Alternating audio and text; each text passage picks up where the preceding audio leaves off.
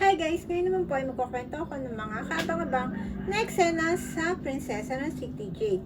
Dahil sa nangyari kay Princess, walang ibang pagpipilian si Tatay Dado ninyo kung hindi ang sabihin kay Sherlyn ang katotohanan sa anak nitong pinagpalit ni Divina ng araw na sabay silang nanganak. Kaya naman walang nagawa si Lailani kahit anong pilit niya kay Dado ay buo na ang pasya niyang sabihin kay Sherlyn ang totoo para mailigtas niya ang ate princess nyo. Tara, sabay-sabay nating saksihan ng mga kabang-abang na kwento sa ating munting prinsesa na si Princess na malupiritil ang takbo ng buhay niya. Samantala, dinalaw ng ate Lever nyo, si Kuya Saver nyo dito, ipinagtapat na sa kanya ni Saver na kailangan muna nilang mag-iwalay dahil nasasakal na siya dito sa palagi niyang pagdalaw sa kanya at paulit-ulit nitong pagbibintang sa kanya na may namumuong pagtitinginan sa kanila ng ate princess nyo. Kaya naman itong si ate Lever nyo ay todo pagmamahawa kay Saver na wag itong makipag-iwalay sa kanya dahil hindi niya kakayanin na mawala ito sa kanya at hindi ito papayag na mapunta ito kay princess.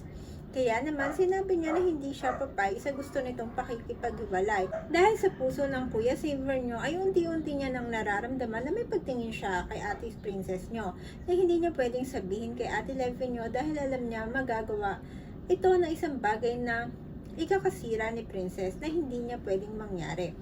Kaya mas makakabuti na lang na sabihin niya wag na muna silang magkita na kahit pumunta ito sa kulungan ay hindi niya ito haharapin. Dahil buo na ang loob niya ng Kuya Saver nyo na makipag-iwalay sa kanya, dito ay sinabi niya na wala na itong magagawa pa kasi yun ang kanyang desisyon. Kaya naman walang nagawa itong ate Lever nyo kung hindi umiyak at sabihin na wala itong magagawa para hindi ito makipag-iwalay sa kanya. Pero tahimik lang na iniwan ito ni Kuya Saver nyo sa visiting area. Dito, napagdesisyonan niya na pumunta sa tindahan ni ate Shirley nyo.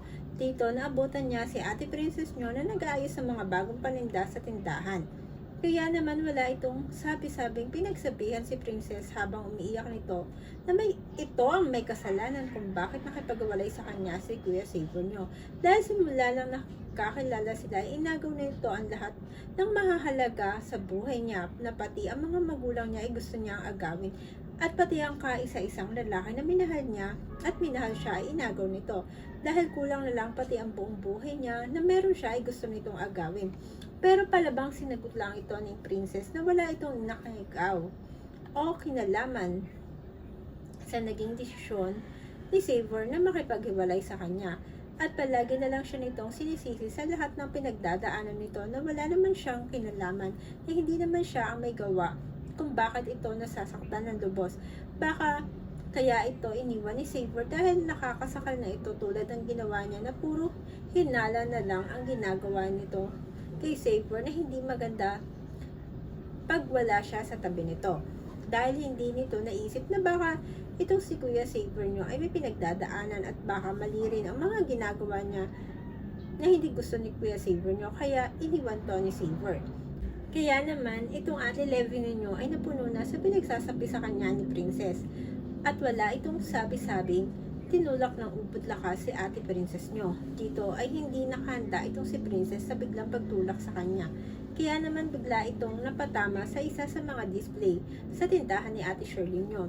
Kaya naman itong tita Mimi nyo ay dali-dali inawat ang mga nagtatalong si Princess at Levy pero huli na ang lahat dahil nakahiga na sa sahig at may liko doon na tumutulo na naging sanhi para makatulog itong si ate princess nyo. Kaya naman itong si ate Mimi nyo ay galit-galit na tinawag si Levy at tinanong kung ano ang ginagawa nito kay princess. Pero itong si Levy ay nakatingin lang kay princess na tahimik na nakahiga sa sahig. Dito nga, tumawag ng ibang tutulong sa kanya si Mimi dahil wala itong maaasahang tulong kay Levy na parang wala itong pakialam na may nangyaring hindi maganda kay princess. Dito nga, dinala niya ito sa sa pinakamalapit na hospital. Kaya naman habang tinitignan ito ng mga doktor ay tinawagan niya agad ang ate Shirley niya at ipinaalam ang nangyaring gulo sa shop. Kaya naman laking gulat ni Shirley nang malaman ang ginawa ni Levy kay princess. Kaya nasa hindi magandang kalagayan ito, kaya naman kaagad itong nagpaalam kay Raymond at sinabi ang kailangan niyang puntahan si Princess dahil nasa hindi magandang kalagayan nang dahil sa ginawa dito ni Levi. Kaya naman kaagad itong pinayagan ni Kuya Raymond nyo na pumunta sa hospital. Dito nga habang papunta ito sa hospital ay abot-abot ang takot na nararamdaman ito sa puso niya sa nangyari kay Princess na hindi niya alam kung bakit niya nararamdaman ang ganong takot sa nangyari kay Princess na pakiramdam niya hindi niya kakayanin kung mawawala ito sa kanila. Dito habang hinihintay ni Mimi si Sherlyn ay tinawagan niya si Dado at sinabi ang nangyari kay Princess. Kaya naman pagkailang sandali lang ay dumating si Dado at sinalubong ito ni Mimi at sinabi ang nangyari. Kaya naman kahit nahihirapan ito magsalita at gumalaw ay pinilit nitong sabihin na bakit nagawa ni Levi yun kay Princess. At kailangan niya itong pagbayaran at hindi niya ito mapapatawad pag tuluyang hindi na nila nakasama si Princess. Dito nga, nagpaalam muna si Mimi na dumating na si Dado. Kasama nila si Onse at nanay ni Onse at itong si Leilani. Kaya naman tinanong niya kung bakit kailangan may mangyari kay Princess. Pero itong si Mimi ay abot-abot ang paghingi ng patawad kay Dado dahil sa ginawa ng pamangkin. Kaya naman nagpaalam na ito nang dumating ang doktor na siyang tumitingin kay Princess. Dito ay sinabi niya na kailangan niyang makahanap na A+ positive na pulang likido at sobrang hirap hanapin ang ganoong uri ng likido. At kailangan nilang makahanap agad ng pulang likido dahil magkakaroon ng trauma sa ulo ang ate Princess nyo. Kaya naman, itong si Dado ay tolo iyak at dito ay nagmakaawa niyang sinabi na kailangan nilang kausapin si Divina, ang tunay na ina ni Princess. Pero itong si Leilani ay sinabi na hindi nito alam ang ginagawa nito at hindi si Divina ang solusyon para mailigtas niya si Princess. Kaya naman, naguguluhan, lumabas muna ito ng kwarto ni Princess, si Tatay Dado nyo. At sinundan naman agad ito ni Leilani. Pero patuloy pa rin sinasabi ni Dado na kailangan niya makausapihin kay Divina ang nangyari. Pero sinabi lang ni Leilani na hindi si Divina ang kailangan nila para mailigtas si Princess. Kaya naman nagtatakang tinanong ni Dado na kung hindi si Divina ang ina ni Princess, sino ang ina nito? Kaya naman naiiyak na sinabi ni Leilani sa kalituhan ay na si Sherlyn ang tunay na ina ni Princess at ipinagpalit lang ni Divina ang dalawang bata nang tulog si Sherlyn. Kaya naman hindi makapaniwala si Dado sa kanyang nalaman. Kaya naman sinabi niya na kailangan niyang tawagan si Sherlyn para mailigtas nito ang tunay nitong anak. Pero patuloy lang itong pinipigilan ni Leilani. Pero habang pinipigilan niya ito ay bigla naman dumating si Sherlyn na kinabigla ni Leilani. Kaya naman umiyak na sinabi ni Dado kay Sherlyn na may kailangan itong malaman kay Princess. Kahit pinigilan ito ni Leilani ay hindi nagpatinag itong si Dado. At sinabi niya kailangan niyang iligtas ang tunay niyang anak na si Princess. Pero itong si ate Sherlyn nyo ay naguguluhan sa sinabi na paano niya naging anak si Princess.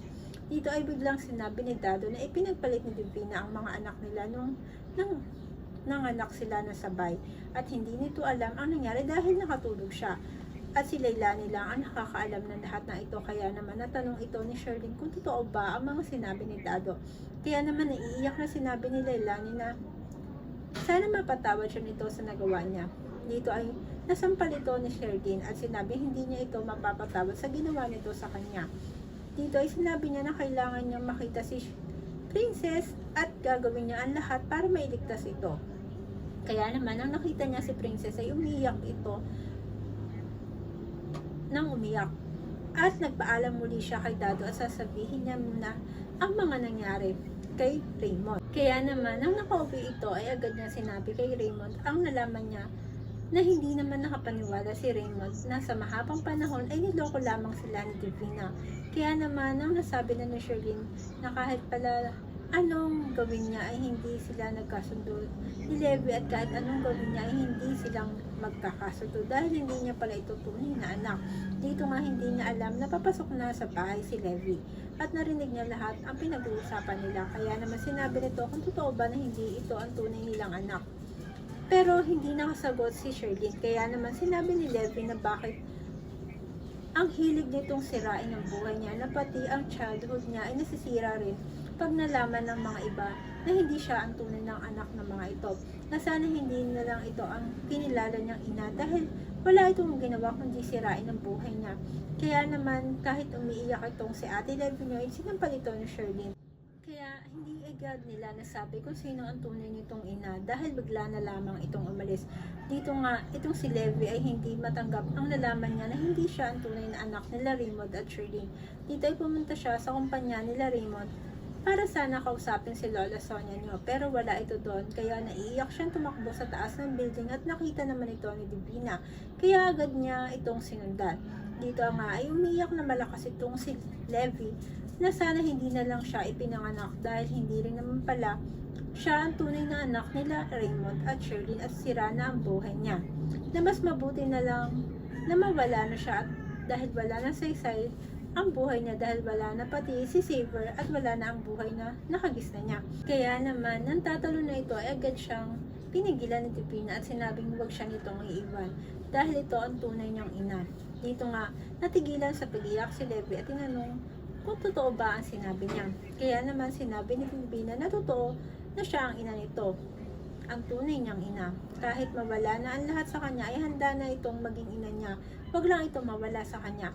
Kaya naman, hindi malaman ni Levi ang mararamdaman sa nalaman niya ng mga pangyayari at ang pinapangarap niyang ina ay siya pala ang tunay niyang ina. Kaya naman niyakap ito ni Divina para kumalma ito. Isang kaabang-abang na namang istorya ang ating natapos at patuloy na susubaybayan muli. Kaya naman po kung nagustuhan niyo ang aking storytelling na ating munting prinsesa na si Princess, maaari po ba kayong mag-subscribe sa aking channel at i-click ang aking notification bell para maging updated kayo sa lahat na aking ina-upload. Thank you so much. Keep safe and God bless you on the next vlog. Bye!